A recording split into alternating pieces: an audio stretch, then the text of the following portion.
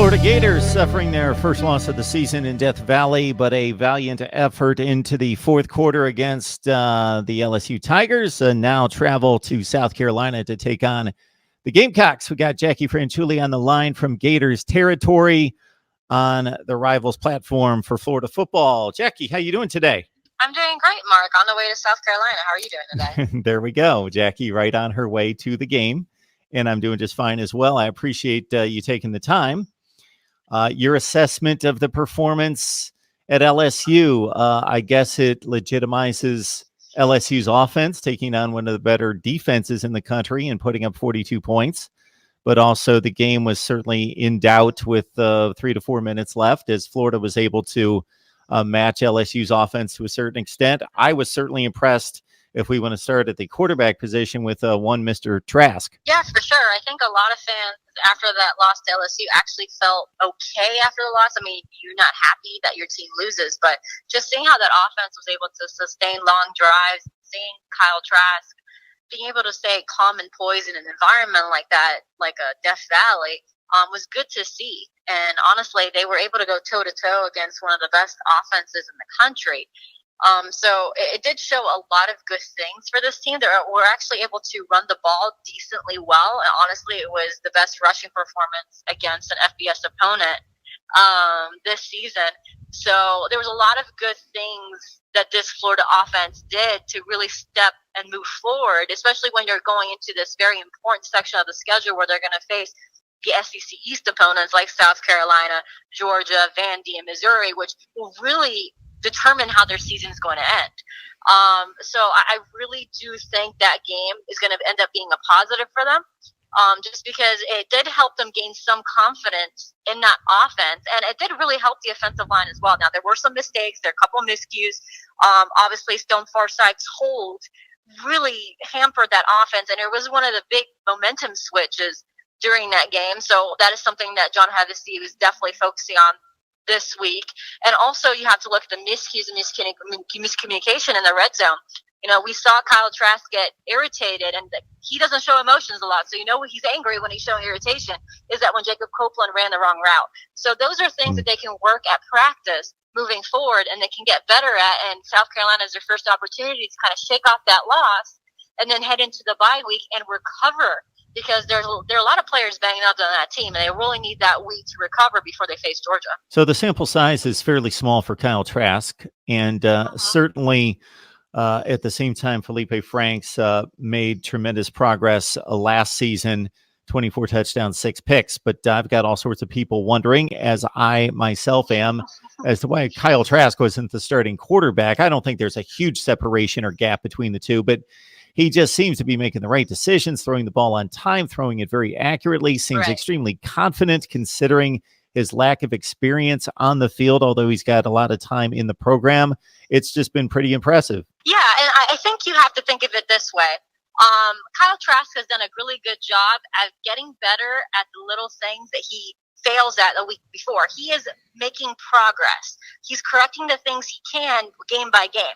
Against Auburn, we noticed that he didn't have a lot of pocket awareness. Then he noticed in LSU, his pocket awareness got better. He was also a willing runner. He was able to tuck the ball in and run. And we didn't see that a couple games ago. So he is getting better week by week, and that is through game time experience. And I know a lot has been said about why wasn't Trask starting since the beginning, since Mullen arrived. But you also have to factor in that when Mullen arrived, he also was considering Felipe Franks does have that game experience that Kyle Trask didn't. So he had a little of the edge in that quarterback battle, but also Felipe Franks is probably more of Dan Mullen's style of quarterback because he is more of a willing runner than Kyle Trask was. And also Trask has been hindered in his career at Florida by injury. In his redshirt freshman year, he had a knee surgery the spring before that summer, and then he had a foot injury 3 days before that first Michigan game. So there's a lot of things that hampered his career at Florida. It wasn't just a straight shot of him. Why didn't he start from the beginning? Well, if it was up to Doug Nussmeier, he would have started that year. Doug Nussmeier was a huge fan of Kyle Trask. So there's a lot of factors that goes into why Kyle Trask wasn't the starter. But right now he is the starter. And honestly, what makes this quarterback's so good for Florida at the moment. It just happens that his strength of being more of a pocket passer than Frank's works with what this roster strength is, which is their wide receiver room. Their wide receiver room is one of the deepest in the country. And because Kyle Trask is more of a pocket passer than Felipe Franks was, you're able to expose some of those one-on-one matchups against opponents. So they're able to get the ball to Kyle Pitts, which LSU didn't have an answer for the entire first half. So that's why Kyle Trask has shown so much progress. You can see the progress on offense because it just happens to be that quarterback strength matches their team strength moving forward. Jackie, this is why we have you on. So I had a couple dozen comments fired my way in terms of making the Trask Felipe Franks comparison. And certainly, as I mentioned, it's not that it didn't go through my head watching the game, but at the same time, there are so many considerations to be made and a backdrop to any situation or decision like that. And certainly we appreciate you outlining the background there. Looking at the defense, do we credit the LSU offense for being one of the best in the country and thinking, okay, wasn't the best of nights for the defense, but we were facing one of the best offenses in the country? Or are there places in which it could be considered that maybe some other teams will pick up on the game film of how they can exploit the Gators? Honestly, when I look back at the LSU game, yes, the defense did not perform very well. There were a lot of things, like missed tackles. There were some missed assignments. But you also have to factor in that Jonathan Greenard and Jabari Zuniga, the two best pass rushers, didn't play for most of the game. Greenard tried to go, but he had an ankle sprain just a week earlier, and he couldn't pass. I think there was a third snap. He just couldn't go. And then Jabari Zuniga came back. He didn't start. He came back, I believe, in the first quarter. He had a few snaps, but by the time he came in the second half, it looked like he re-aggravated that injury that he sustained in the game against Kentucky. So those were the two best pass rushers not there to really pressure Joe Burrow. Then you got Florida really hampered on the defense, especially on the strong side defensive end, where Dan Mullen said that there's some issues with depth, and we saw it. They were trying to rotate a couple guys. They had Zach Carter there. They had Luke Ankrum there. They had freshman Chris Boggle there. And they're really trying to see who can fit into that piece. And honestly, after Jabari Zuniga left, he was the only guy on the defensive line to record a tackle for a loss.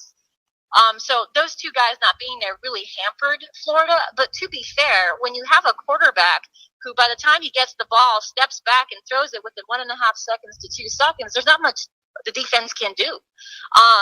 LSU just played a tremendous game offensively. It was all well timed. The balls were well placed, and I can understand why Joe Burrow has been in consideration for the Heisman, and that talk is surrounding that team.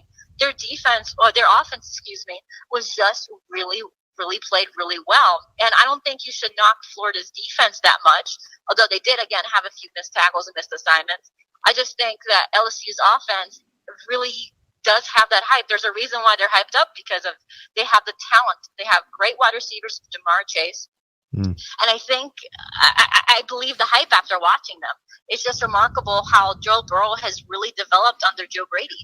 He is a different quarterback than I saw last year in Gainesville. Last year in Gainesville, Joe Burrow seemed like he was under pressure. This Joe Burrow controlled himself inside the pocket. It was very great to see that in person because you can really see how much this LSU offense has moved forward. So I think it was a little bit of both. I think Florida defensively missed their two best pass rushers, but at the end of the day, LSU's offense is good. I don't think there's anyone questioning that today. Yeah, it's not something that we haven't seen from basically the first play of the season, that they haven't been lighting it up regardless of the opponent on the field, whether it's been an overmatched opponent or going to Texas or facing the Florida Gators. The trip to South Carolina, if this wouldn't be taken seriously, considering that the Gamecocks outplayed the Gators for about 3.5 quarters in Gainesville last year. Obviously, they gained a lot of respect and attention with their effort last week in Athens, especially with the 3 interceptions on Jake Fromm and obviously pulling off a major 24-point upset. So it's going to be a difficult task in Columbia. Yeah, and honestly, this smells like a trap game. If you think about it, you just came off saying an emotional loss to LSU. It was a tough road game for them. They also had a very tough game at home in Auburn for homecoming, another emotional victory for them. They have a bye week coming up. They're banged up. They really want to get the bye week to get get healthy, and you have Georgia coming up. So when you think of trap games, this is what it means. This game against South Carolina. And if you look at the weather forecast, it's going to be rainy. It's going to be a miserable game day. But I think what's changed with this team from last year is I remember going into last year against Vandy and being worried about this team's ability to get up for a noon game. I think we've seen that they're able to do that now. They have been able to start quickly this year.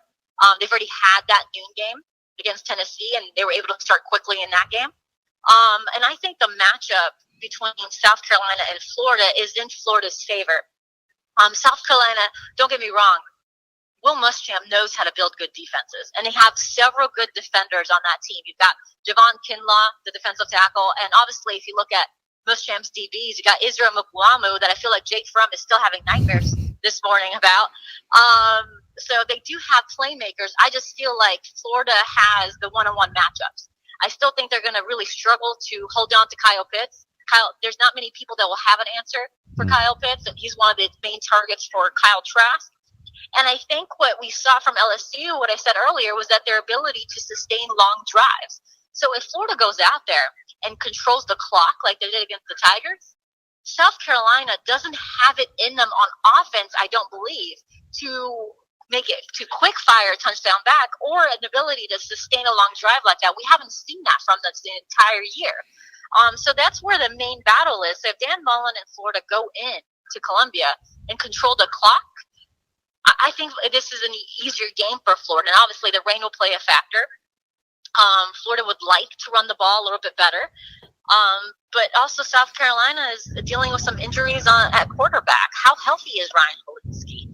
Is he going to be able to play for the whole game? How healthy is Joyner for South Carolina? Prior to the game where he came in as relief for Helinski when Helinski was down, he was dealing with a hamstring injury. So you're really questioning South Carolina's health going into the game. So when you match up talent for talent, you just give the edge to Florida a bit. Now, obviously, Florida, South Carolina, the last few years has been a tightly contested contest. So whenever I have a tightly contested contest like that, I give the edge to Dan Mullen just because I feel like he's a better game manager. I feel he's a better game planner. So I would always put the edge on Mullen's side when you do the battle of Dan Mullen versus Will Muschamp. So I see this game possibly being decided by a touchdown. If this game was a sunny day, I would probably skate 2 scores for Florida. But because it's going to be a rainy afternoon, I feel like it's going to be closer. All right, we get the prediction from Jackie. You can get my Week 8 college football predictions by texting MR Football to 760-670-3130. You see the banner on the screen, 760-670-3130. Jackie Franchuli joining us from Rivals Gators territory. She's on her way to Columbia to check out the Gamecocks and the Gators. Jackie, the insight is exceptional as always. Appreciate you taking the time. Thanks for having me, Mark.